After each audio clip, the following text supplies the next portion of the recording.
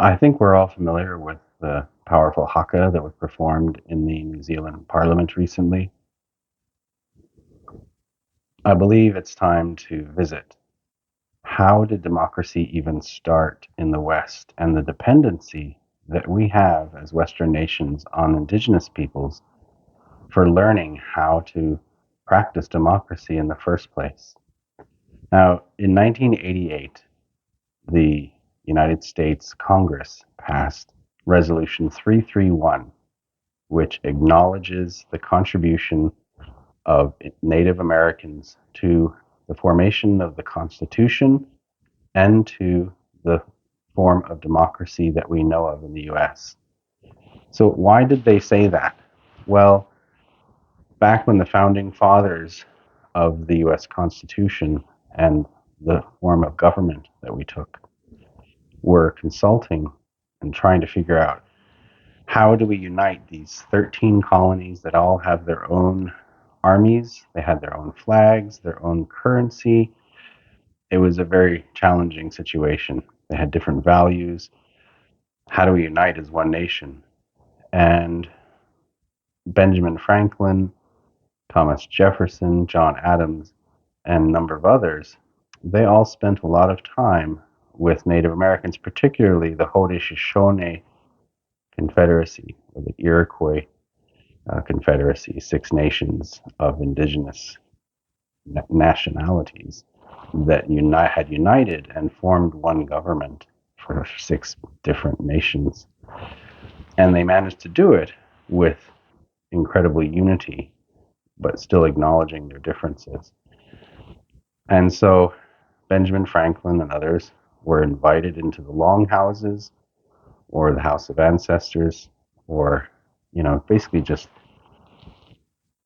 dwellings that were for the performance of government. And inside, they saw these representatives from the six different nations sitting in a circle with other community members and leaders and consulting in a way they hadn't seen before.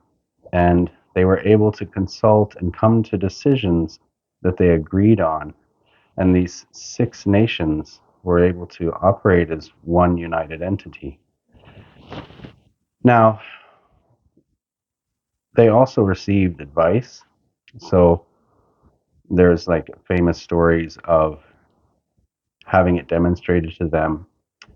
And this actually goes back several hundred years prior to the formation of the US. This is something that the First Nations peoples learned from someone called the Great Peacemaker, maybe as early as 1100 AD, but certainly going back at least several hundred years before the start of the US. But the Great Peacemaker went around to the various warring nations of the Iroquois Confederacy. And one of the things that he did was he got some sticks, and he had one stick and he would break it. And then he would get the sticks and put them in a bundle and show you could not break them when they're together, that unity was the secret. And so, Benjamin Franklin, John Adams, these others were very impressed by that. And so they made changes and wrote things in the Constitution and adopted a form of government that reflected this capacity for unity and diversity. Some of the things they didn't notice are more telling, though, and I think it's really important now to have a conversation with Indigenous people because we're in a time of crisis where our forms of democracy have gotten to a point where we have these kinds of extremes, and we generally will have two forms of democratic values that are kind of at war with each other and the people in the country. It's almost, well, it's quite divisive. Regardless of what your party is, the form of governance that the US and other Western nations, New Zealand, it's very divisive, and it's not really medicine anymore. Politics can be medicine, but it's turned kind of a bit to poison. So what were the things that they missed when they went into these longhouses and saw this consultation process? Well, one of them was that the men who were representing each nation sitting in that circle, It was actually a matrilineal society. And what that means is that women had equal, or not more in certain circles, power. And so what that meant was if a man, one of the leaders, his ego was too strong and he was self interested and not representing the community's interests, a grandmother sitting behind him had the right to pull him out and put another man in his place. So it was a really amazing check and balance. The other thing was there was that circle, and in the middle was empty, right? Now, John Adams and Benjamin Franklin may not have been savvy to see that that circle, that emptiness in the Pacific, some nations they call it the Va, this empty space that is very important to nourishing the relationships that connected.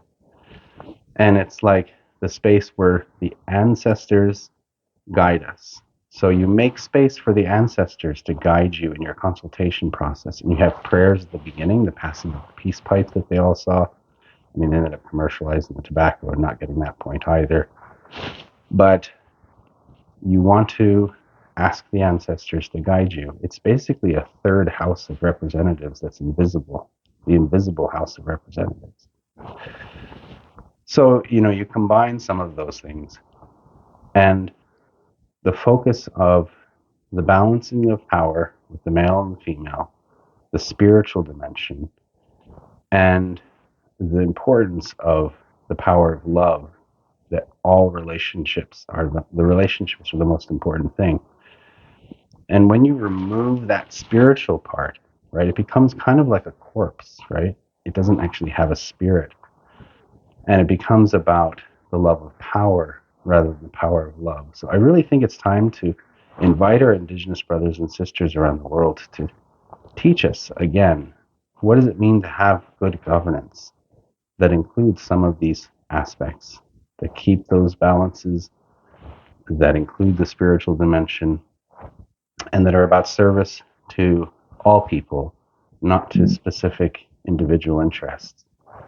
So yeah, I mean, there's a lot more to say on that, but just thought I would leave that. So please do comment, follow, like. Anyway, have a beautiful day. Bye.